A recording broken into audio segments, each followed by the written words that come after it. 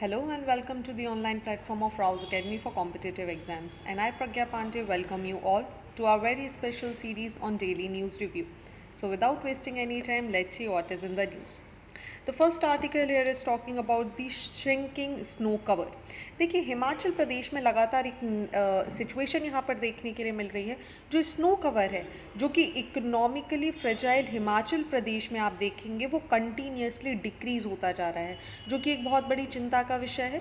क्योंकि यहाँ से एक बहुत बड़ा इंडिकेशन हमें देखने के लिए मिलता है कि किस तरीके से एक जो मैक्सिमम और मिनिमम एवरेज टेम्परेचर है वो यहाँ पर हिमालयन रीजन में चेंज हुआ है। वहीं आप देखेंगे तो जो स्नो कवर है उसका मेल्ट होना which will resulted into a lot of things, मतलब यहाँ पर स्नोफॉल कम होती जा रही है, एक जो प्रेसिपिटेशन है वो यहाँ पर आपको कम देखने के लिए मिल जाएगा। रिजल्टेड इनटू व्हाट, देखिए बहुत सारी जो नदियाँ हैं, जब आप बात करते हैं हिमाचल प्रदेश रिसीव क्या करता है, एक विंटर प्रेसिपिटेशन रिसीव करता है एक स्नो के फॉर्म में, ठीक है, जो कि हायर एल्टीट्यूड्स पर हमें देखने के लिए मिलती है। इसमें ही अगर आप देखेंगे तो जो 1/3 पूरा जोग्राफिकल एरिया है स्टेट का वो लगभग एक थिक स्नो कवर से यहाँ पर कवर दिखाई देता है हमें विंटर सीजन में।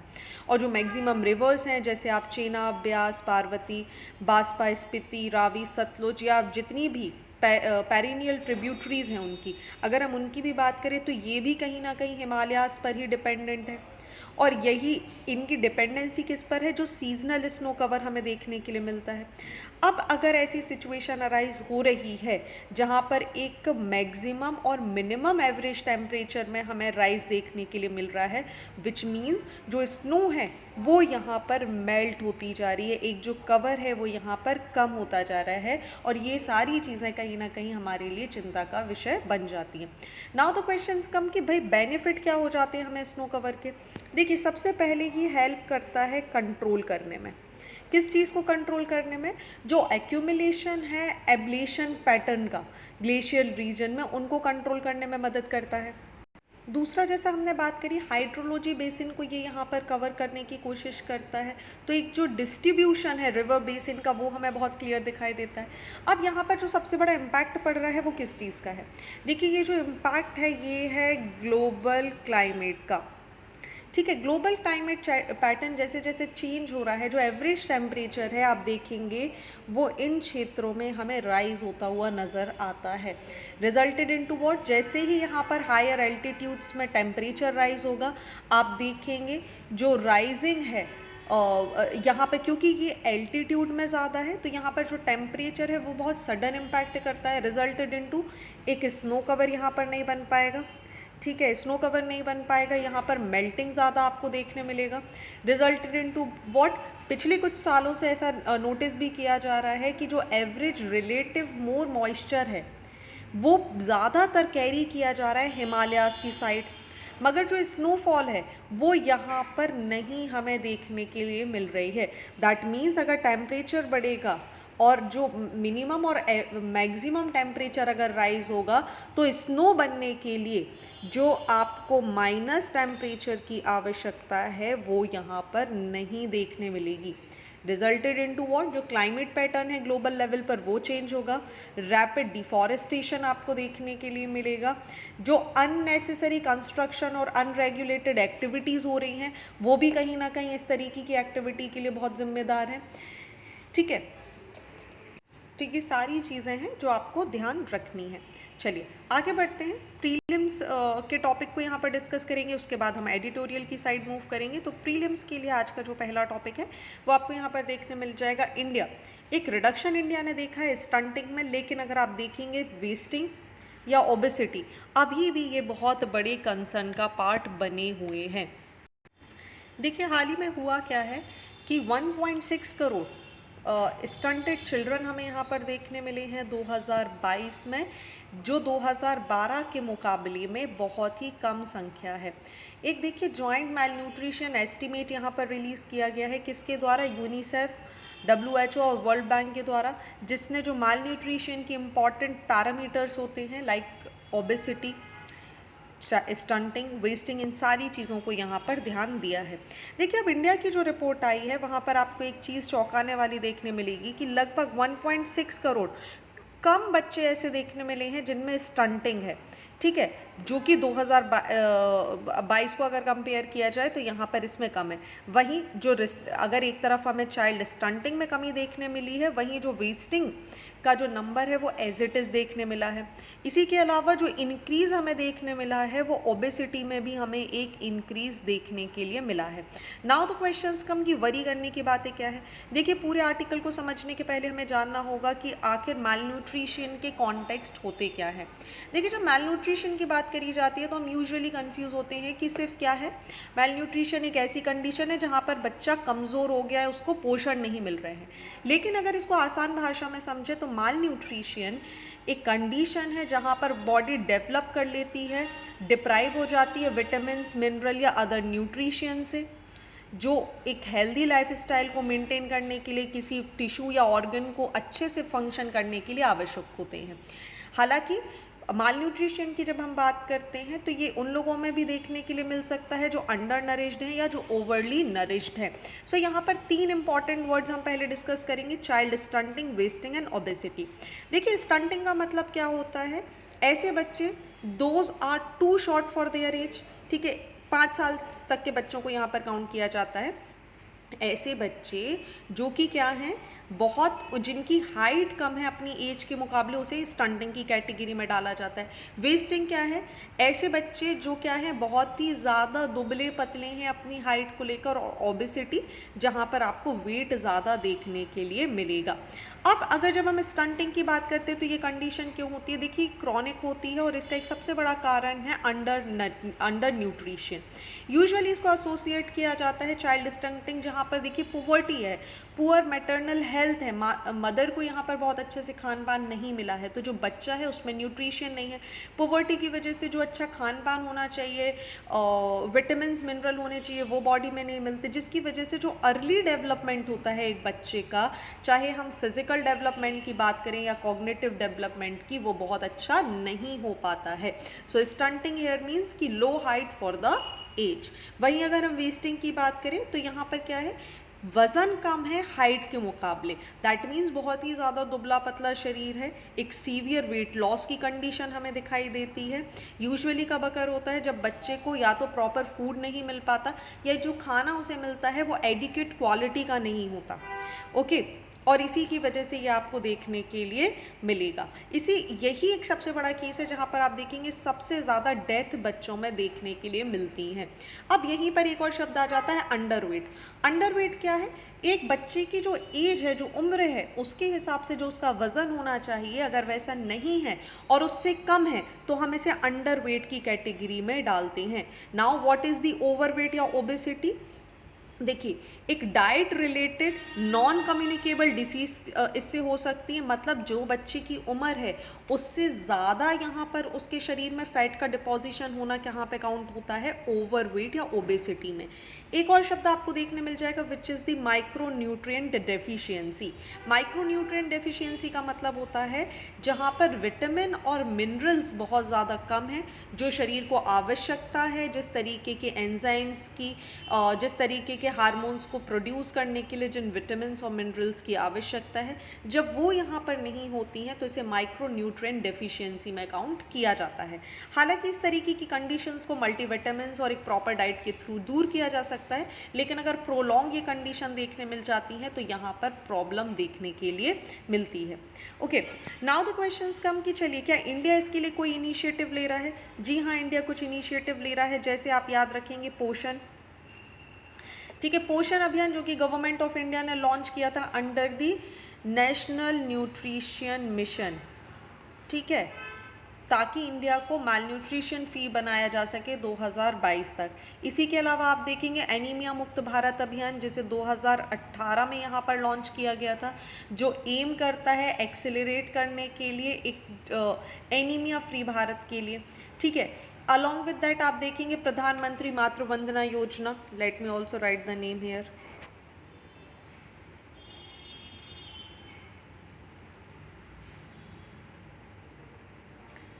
ओके, प्रधानमंत्री मातृ वंदना योजना जहाँ पर 6,000 रुपये डायरेक्टली ट्रांसफ़र किए जाएंगे जो भी प्रेग्नेंट महिला हैं उनको जो बेटर फैसिलिटीज़ हैं उसको देने के लिए और डिलीवरी में सहायता करने के लिए इसको यहाँ पर पहुँचाने की बात की जा रही है। अलॉन्ग विद दैट आप ICDS के बारे में बात करेंगे, इंटीग्रेटेड चाइल्ड डेवलपमेंट सर्विसेज, जिसको 1975 में लॉन्च किया गया और तब से आज तक ये स्कीम एम करती है equality of food, pre school education, primary health care, immunisation, health checkup, referral services, जो भी 6 साल से कम उम्र के बच्चे हैं और उनकी जो माताएं हैं उनको ये सारी फैसिलिटीज़ यहाँ पर प्रोवाइड करने की बात की जा रही है। चलिए, तो यहाँ तक सारी चीज़ें क्लियर हो चुकी होंगी। मूव करते हैं नेक्स्ट आर्टिकल पे जहाँ पे बात की जा रही है डेंगू की। देखिए, डेंगू आज की डेट में एक बहुत बड़ी मुसीबत बन के सामने आ चुका है। एक समय जहाँ ये सीमित था कुछ जगह तक, कुछ स्टेट में, आज की डेट में इसे नेशन वाइड इन्फेक्शन डिक्लेयर कर दिया गया है। क्यों? कारण है इसका लद्दाख जैसे क्षेत्रों तक भी पहुंच जाना। ठीक है, जो लद्दाख के क्षेत्रों में आप देखेंगे तो डेंगू के केसेस बहुत ज़्यादा बढ़ चुके हैं। सो now the questions come, what is dengue? देखिए, डेंगू एक मॉस्किटो बॉर्न ट्रॉपिकल डिसीज़ है जो यूजुअली डेंगू वायरस या हम जिसे जो जेनस होता है फ्लेवी वायरस का, वहाँ से ये बिलोंग करता है। इसके ट्रांसमिशन के लिए जो फीमेल मॉस्किटो होते हैं with the genus of Aedes, principally Aedes aegypti, ये इसको ट्रांसफ़र करने का काम करते हैं। ये वही मॉस्किटो है जो साथ में आप देखेंगे चिकनगुनिया, येलो फीवर और जीका वायरस इन्फेक्शन के लिए भी रिस्पॉन्सिबल होता है। अगर हम वर्ल्ड हेल्थ ऑर्गेनाइजेशन के हिसाब से बात करें तो आज की डेट में 50 मिलियन डेंगू इन्फेक्शन हर साल यहाँ पर अकर होते हैं। ठीक है, और जिसमें से लगभग 2.5 बिलियन जो लोग हैं वो ऐसी क्षेत्रों में रह रहे हैं जहाँ पर डेंगू सिर्फ एक बीमारी नहीं बल्कि एक एंडेमिक बन चुका है। अगर हम इसकी बात करें तो डेंगू देखिए कहीं ना कहीं एक तरीके का हेल्थ बर्डन अकेला नहीं है, ये एक इकोनॉमिक और सोशल बर्डन भी हो जाता है। सिम्टम्स की अगर हम बात करेंगे तो देखिए हाई फीवर,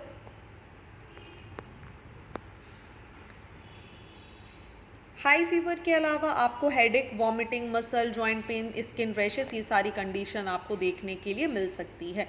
तो जैसा मैंने आपको बताया जो आइडियल कंडीशन है ये एक तो एडीज़ वैरायटी के जो मच्छर होते हैं एडीज़ एजिप्टी, इनके द्वारा ये फॉलो किया जाता है।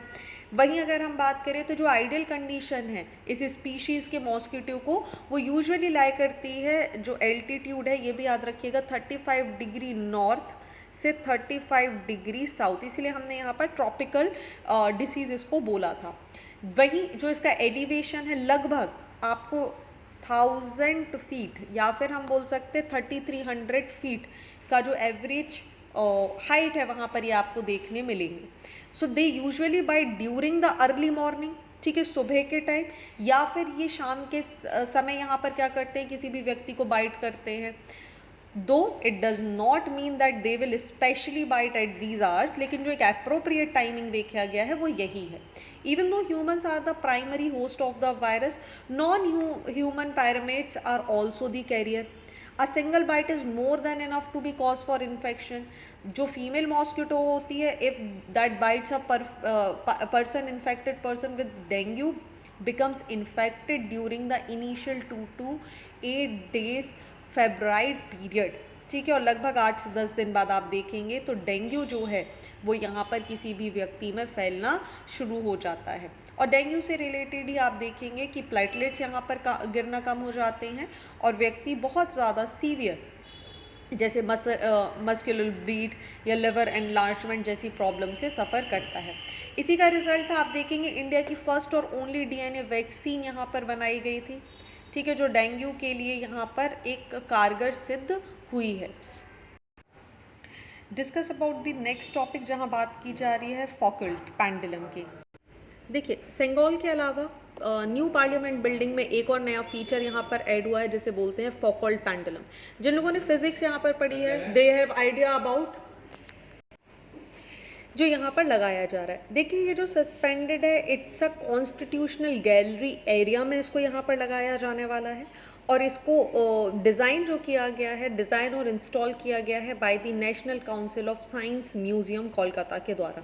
जब हम फौकल्ट पेंडुलम की बात करते हैं तो देखिए इसका जो नेम है ये रखा गया था लियोन फौकल्ट के द्वारा, क्योंकि ये जो एक फ्रेंच फिजिसिस्ट थे, इन्होंने इसको डिस्कवर किया था, इन्होंने ही इसको 19th सेंचुरी में सबसे पहले यहाँ पर डेमोन्स्ट्रेट किया था। अब देखिए इस पेंडुलम की खासियत क्या होने वाली है। ये कंसिस्ट करेगा एक हैवी बॉब सस्पेंडेड को, जो कि बिल्कुल एंड में लगा रहेगा, एक लॉन्ग, ये जो आपको यहाँ पर दिखाई दे रहा है ये बॉब सस्पेंशन यहाँ पर होगा। एक तरीके से हम बोल सकते हैं कि एक मेटल का बॉल यहाँ पर आपको दिखाई देगा, जो कि स्ट्रॉन्ग वायर होगा, एक फिक्स्ड पॉइंट पर रहेगा अपनी सीलिंग से। जैसे जैसे पेंडुलम यहाँ पर स्विंग करेगा, जो एक इमेजिनरी सरफेस है इसके आसपास, वो यहाँ पर आपको दिखाई देगा, और इसी को ही बॉब स्वाइप यहाँ पर बोला जाएगा। ऑलराइट, अब अगर कोई यहाँ पर खड़ा हो रहा है, देखिए if someone is standing on the earth surface doesn't notice that the planets rotation, अगर आप स्काई की तरफ नहीं देखेंगे समय बार बार तो आपको पता नहीं चलेगा that the planet is rotating.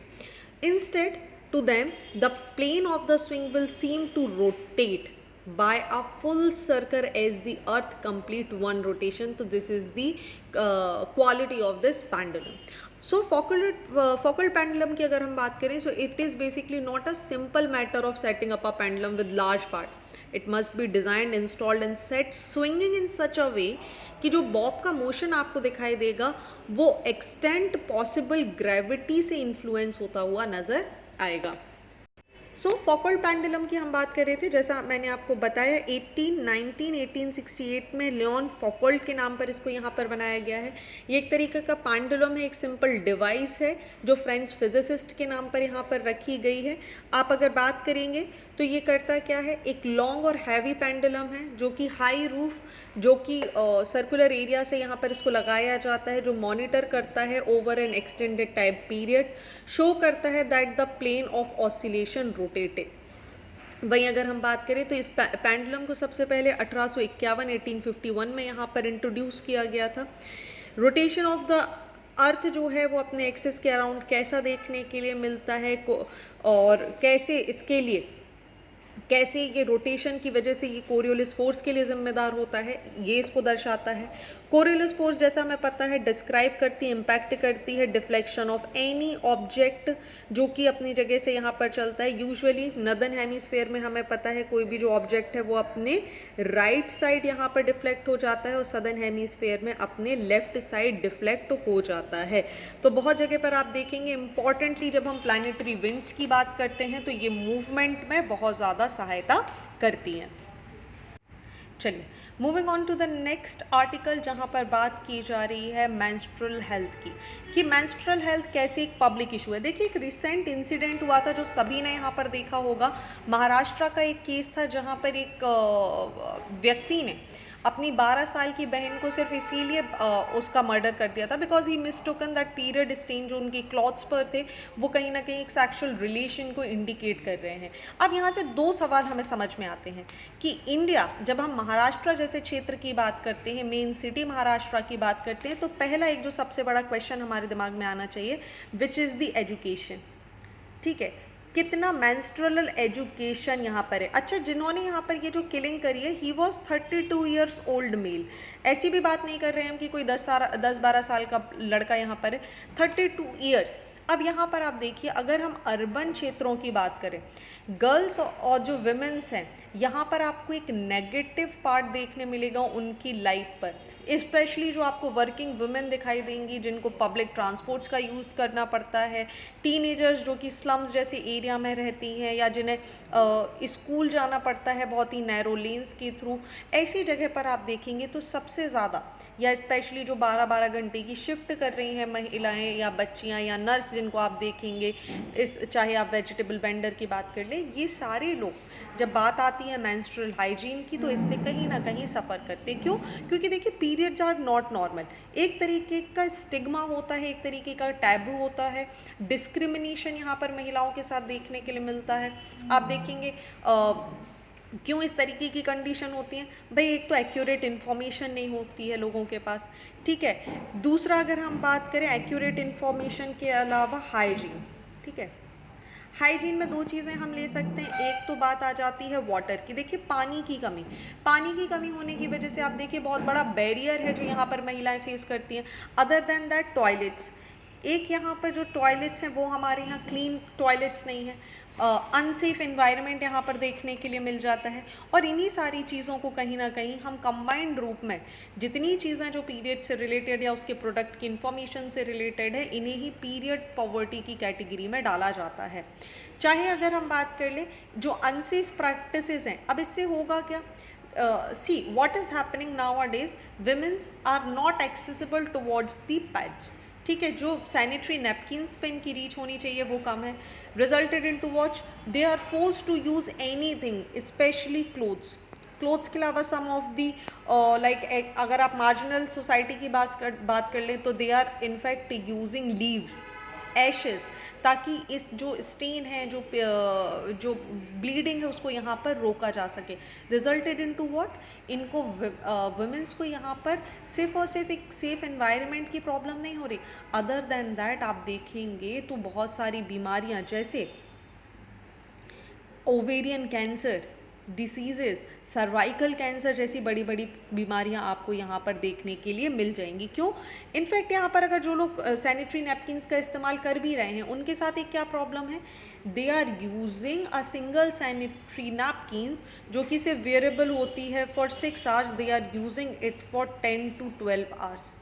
Again resulted in to what, यहाँ पर आप देखेंगे तो एक तरीके से जो सुबह से शाम तक अगर सेम नैपकिन का यूज़ करते हैं तो एक तो यहाँ पर उनको क्या होगा, एक हाइजीन का प्रॉब्लम होगा, दूसरा इससे रिलेटेड जो अनक्लीन सिचुएशन यहाँ पर देखने मिलेगी उसकी वजह से इनको बहुत सारे इश्यूज लाइक कैंसर्स देखने के लिए या फिर फाइब्रॉइड्स देखने के लिए मिल जाएंगे। अब क्या बैरियर्स हमें देखने मिलते हैं? देखिए बैरियर सबसे पहले हो जाते हैं कि इंडिया देखिए एक तरीके से फ्रंट लाइन है, फ्रंट में काम कर रहा है जब मेंस्ट्रुअल हाइजीन की बात होती है। बहुत सारे एनजीओज हैं, प्राइवेट सेक्टर हैं, everyone is playing their role. But सबसे इम्पॉर्टेंट यहाँ पर क्वेश्चन आ जाता है अबाउट द अवेयरनेस, और दूसरा आ जाता है प्रोवाइडिंग दी मेंस्ट्रुअल प्रोडक्ट। एक तरफ गवर्नमेंट की बहुत सारी स्कीम्स होती हैं जिन्हें लॉन्च कर दिया जाता है, लेकिन लोगों को इनके बारे में पता नहीं होता है। So there is a need कि लोगों को यहाँ अवेयर किया जाए। सबसे पहले जो हमारे एएनएम कार्यकर्ता हैं, जब हम आंगनवाड़ी की बात कर रहे हैं, इन्हें यहाँ पर सशक्त करना ज़रूरी है। जो पीरियड प्रोडक्ट्स हैं उन्हें बहुत ईजीली हमें अवेलेबल कराना ज़रूरी है लोकल किराना शॉप्स पर। साथ ही अगर हम बात करें केमिस्ट या जो ऑनलाइन चैनल्स होते हैं उनके थ्रू भी हमें इसकी जानकारी देना आवश्यक है। अब देखिए एक तरीके से आपने देखा होगा जब भी कोई महिला यहाँ पर कोई सैनिटरी नैपकिन लेने जाती है तो उसे यहाँ पर इसको ब्लैक पेपर या प्लास्टिक बैग में यहाँ पर पैक करके दिया जाता है। कारण क्यों? क्योंकि इसका एसोसिएशन अभी भी आप देखेंगे तो it is somewhere associated with the shame. ठीक है, अब इस चीज़ को यहाँ पर सबसे पहले ख़त्म करना ज़रूरी है कि no, it is not shame, it is like the other essential thing. जैसे आपको बुखार आने पर आपको फीवर की दवाई लेनी पड़ती है, वैसे ही on a certain dates in every month women needs these kind of things. Okay, वहीं अगर हम बात करें अर्बन होम्स की या टॉयलेट्स की, तो देखिए जो लो इनकम स्लम्स हैं उनको यहाँ पर हमें थोड़ा सा अपलिफ्ट करना ज़रूरी है। एक एजुकेशन इंस्टीट्यूट्स यहाँ पर लाना ज़रूरी है। एक्सेसिबल हमें उन्हें देना होगा क्लीन और सेफ वाटर की थ्रू। जो अवेयरनेस है, जो स्टिग्मा है इन सारी चीज़ों से रिलेटेड, उसको यहाँ पर ख़त्म करना होगा। जो डिस्कम्फर्ट है उनके बारे में हमें बात करनी होगी। एक जो गैप यहाँ पर बना हुआ है इसे ख़त्म करने के लिए काम करना होगा।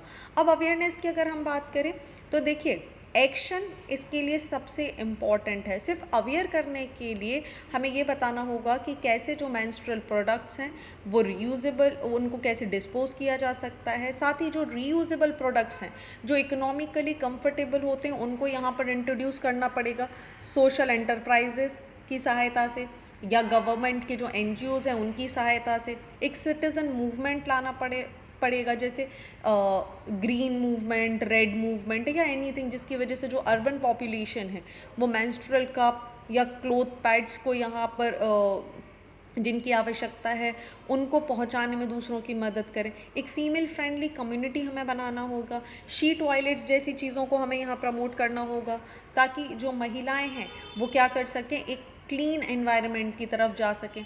इन अ सिमिलर वे अगर आप देखेंगे, जैसे शी टॉयलेट तेलंगाना में, तमिलनाडु में, पिंक टॉयलेट दिल्ली में एक सेफ और प्राइवेट एनवायरनमेंट प्रोवाइड कर रहे हैं, वहीं एसेंशियल एमिनिटीज़ जो होती हैं महिलाओं के लिए, जैसे पैड्स, वो भी यहाँ पर आपको देखने के लिए मिल जाएंगे।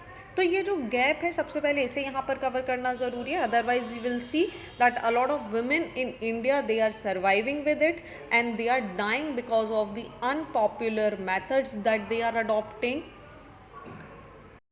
which needs to be cured and to be addressed on correct time।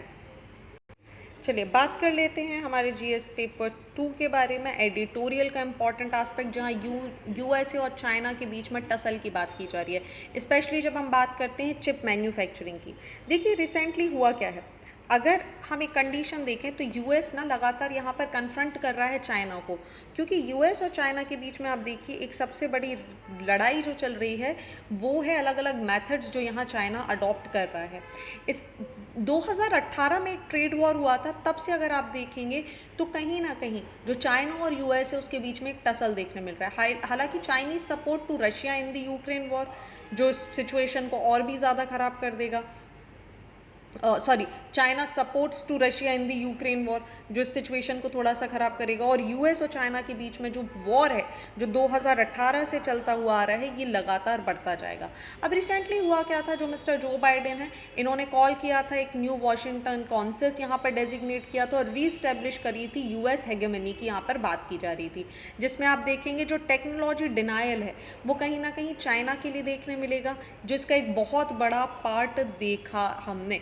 अब हुआ क्या, एक जो चीफ एनवीडिया है, अगर आप लोग टेक्निकल पेजेस फॉलो करते हैं तो आपको इसके बारे में पता होगा, जो चीफ एनवीडिया है इन्होंने वार्न किया था कि यहाँ पर एक बैटल देखने के लिए मिल सकती है हमें चिप मैन्युफैक्चरिंग को लेके, रिजल्टेड इन टू वॉट, बहुत बड़ा एक इनैमरस डैमेज हो सकता है यूएस टेक्नोलॉजी इंडस्ट्री को, जहाँ पर आप देखेंगे क्योंकि चाइना आज की डेट में यूएस इंडस्ट्री का अगर आप देखें ध्यान से तो 1/3 of the US industry market यहाँ पर चाइना के हाथ में हमें देखने के लिए मिलता है, which is somewhere impossible to replace, क्योंकि दोनों जगह अगर आप देखेंगे, चाहे आप कंपोनेंट्स की बात कर लें या मार्केट प्रोडक्ट्स की बात कर लें, आपको इनकी आवश्यकता है। इनफैक्ट यहाँ पर बहुत सारी सिचुएशन भी ऐसी आई जहाँ पर डजन्स ऑफ कंपनी है, जैसे माइक्रॉन जिसको ड्राइव किया गया था, जो लगभग 25% से 50% रेवेन्यू अपना कहाँ से लेती है, चाइना से लेती है। वो लगभग यूएस की एक टाइम पर ऐसा हो गया था, यूएस में एक बहुत बड़ा नाम बनकर ये निकल कर आए। अब देखिए यूजुअली चाइना करता क्या है, देखिए चाइना एक सबसे बड़ा गेम खेलता है आईपी के साथ। चाइना को अगर किसी के साथ कोई ट्रेड करना होता है, ग्रेट डील्स यहाँ पे वो कैसे अचीव कर लेता है, जब वो आईपी को यहाँ स्टोल कर लेगा। कैसे स्टोल कर लेगा, देखिए सपोज इसको कोई टेक्नोलॉजी किसी कंट्री से लेनी है, ये सिंगल आइटम यहाँ पे परचेज करता है, सिंगल आइटम परचेज करने के बाद ये उसकी पूरी मैन्युफैक्चरिंग देखता है, उसकी फंक्शनिंग देखता है और फाइनली उसका आईपी कॉपी करके अपना खुद का एक प्रोडक्ट यहाँ पर लॉन्च कर देता है, जिसकी वजह से जो एक बहुत बड़ा लॉस होता है ऐसे सेक्टर्स को जो यहाँ पर चाइना के साथ डील करते हैं वो फेस करते हैं। हालांकि यूएस की अगर हम बात करें तो it is not the smartest country when it comes to dealing with the global geopolitical challenges। अब हमें पता है क्योंकि यहाँ पर कहीं ना कहीं आप देखेंगे अपनी वेल्थ और पावर की वजह से एक थिंक टैंक को डेवलप करने में प्रॉब्लम हो जाते हैं और जो मेन प्रॉब्लम है उसको काउंटर नहीं कर पाते, चाहे हम वियतनाम की बात कर लें, चाहे हम अफगानिस्तान की बात कर लें, ठीक है, या हम इराक की बात कर लें। तो इससे एक प्रूफ हमें मिल गया है कि कहीं ना कहीं जो यूएस है वो ऐसे इश्यूज़ को यहाँ पर डील नहीं कर पाता।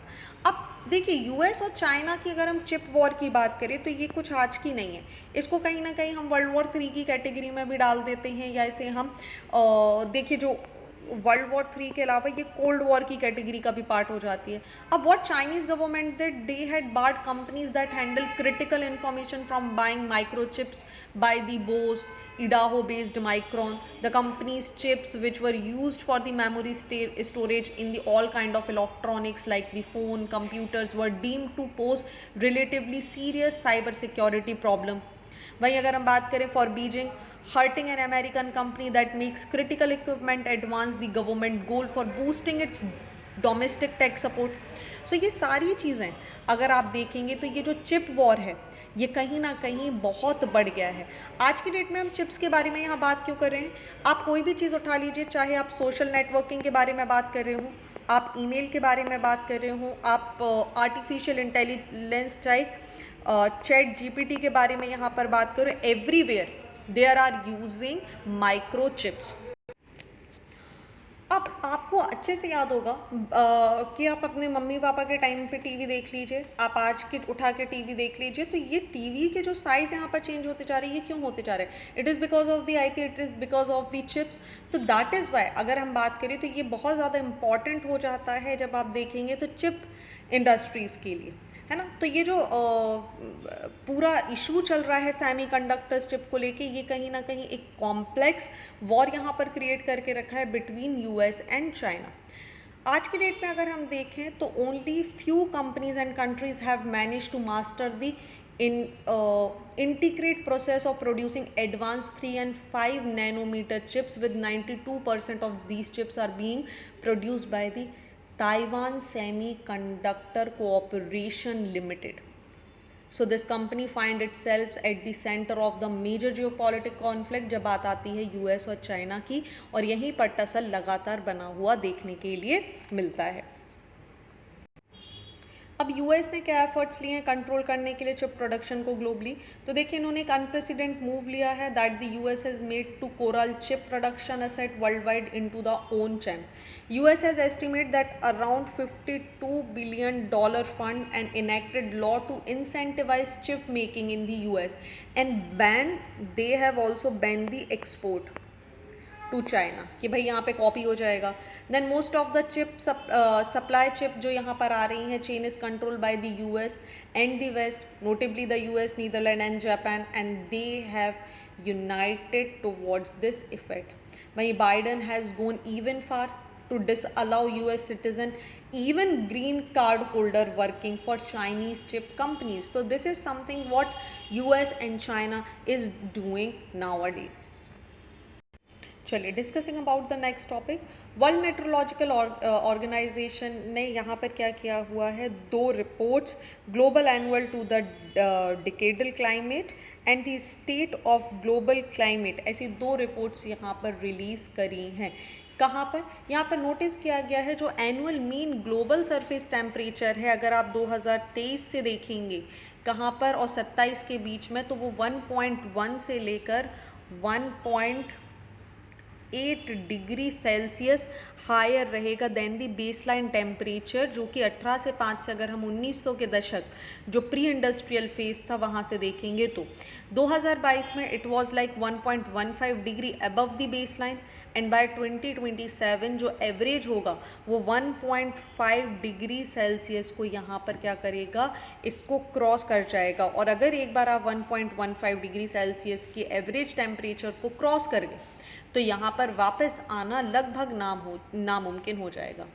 अगर हम एक दशक की बात करें तो 2 degree was an acceptable level of warming. However अगर यही 2 डिग्रीज को आप देखें, the target was unacceptable to the small islands countries, and it is implied like उनके जो सर्वाइवल है वो यहाँ पर कहीं ना कहीं कॉम्प्रोमाइज़ हो रहा है। आप 2010 की अगर बात करोगे, at the कैंकन COP16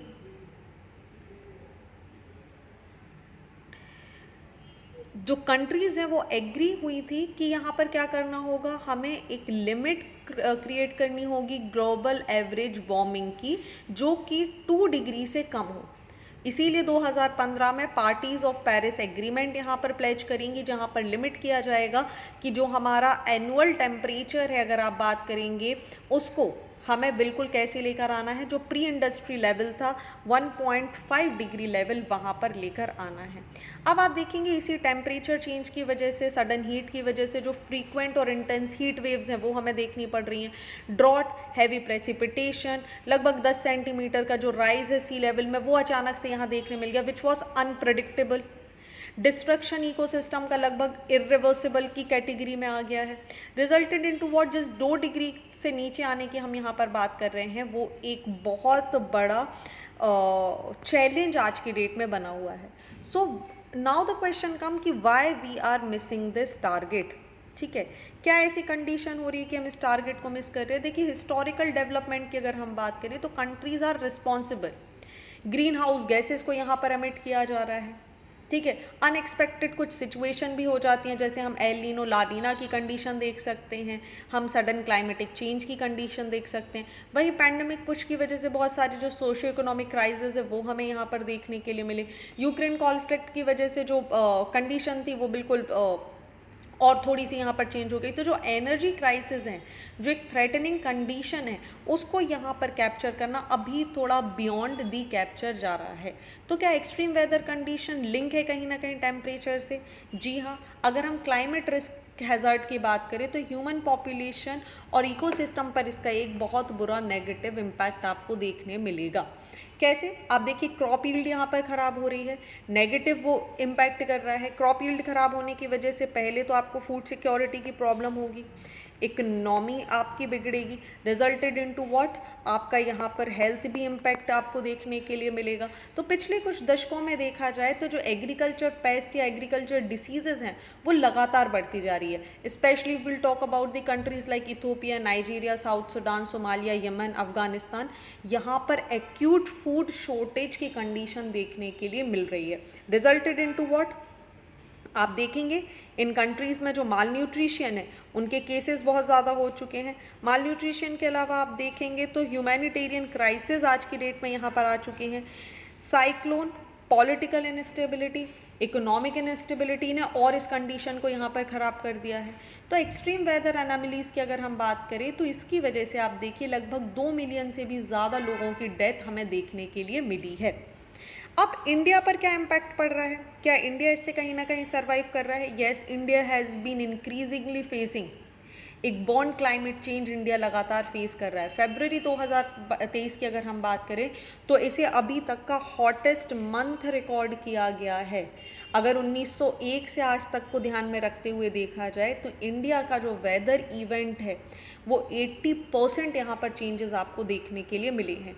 India monsoons की अगर हम बात करें जो वो यहाँ पर they are wetter than the usual last year. इसकी वजह से आप देखेंगे रिकॉर्डेड हीट यहाँ पर देखने मिली प्री मानसून पीरियड में। रिजल्ट क्या हुआ उसका? आप देखेंगे जंगलों में आग लग जाना उत्तराखंड के आसपास के क्षेत्रों में। अब जैसे ही जंगलों में आग लगेगी क्या होगा? फूड शॉर्टेज की कंडीशन होगी। फूड शॉर्टेज की कंडीशन होगी तो क्या होगा? लोगों को खाना नहीं मिल पाएगा, खाना नहीं मिल पाएगा, पुवर्टी होगी, डेथ होंगी, माल न्यूट्रिशन के केसेस बढ़ेंगे। तो अगर हम इसको पूरी कंडीशन को ध्यान से देखें तो क्लाइमेट चेंज परफॉर्मेंस इंडेक्स के हिसाब से इंडिया का जो रैंक है which is the 8 with a high performance, Denmark, Sweden, Chile, Morocco के बाद यहाँ पर एक इमर्जिंग इकोनॉमी होने के साथ साथ एक डेवलपिंग कंट्री होने के साथ साथ इंडिया को इस तरीके की सिचुएशन से लड़ना बहुत मुश्किल हो जाएगा। क्यों? क्योंकि आप देखिए हमारी पॉपुलेशन इंक्रीज़ हो रही है, हमारा जो यूज़ है वो यहाँ पर बढ़ने वाला है। तो कहीं ना कहीं ये जो 1.5 डिग्री को मेंटेन करने की बात करी जा रही है ये एक बहुत बड़ा चैलेंज है आज की डेट में कंट्रीज़ के सामने। आपके सामने एक चार्ट है, आप इसको देख सकते हैं, चाहें तो अपनी आंसर राइटिंग में भी इसका इस्तेमाल कर सकते हैं। ठीक है, कि किस तरीके के राइज आपको देखने के लिए मिले हैं। Okay, so these are the important topic जो आज के न्यूज़पेपर में थे। आई होप यहाँ पर सारे आर्टिकल्स आपको क्लियर हो चुके होंगे। So thank you for watching this video. Do not forget to hit like button, comment your valuable feedback and also press the subscribe button to never miss any updates. Please follow us on Instagram and Facebook. Links are given below in the description box. Thank you and see you tomorrow.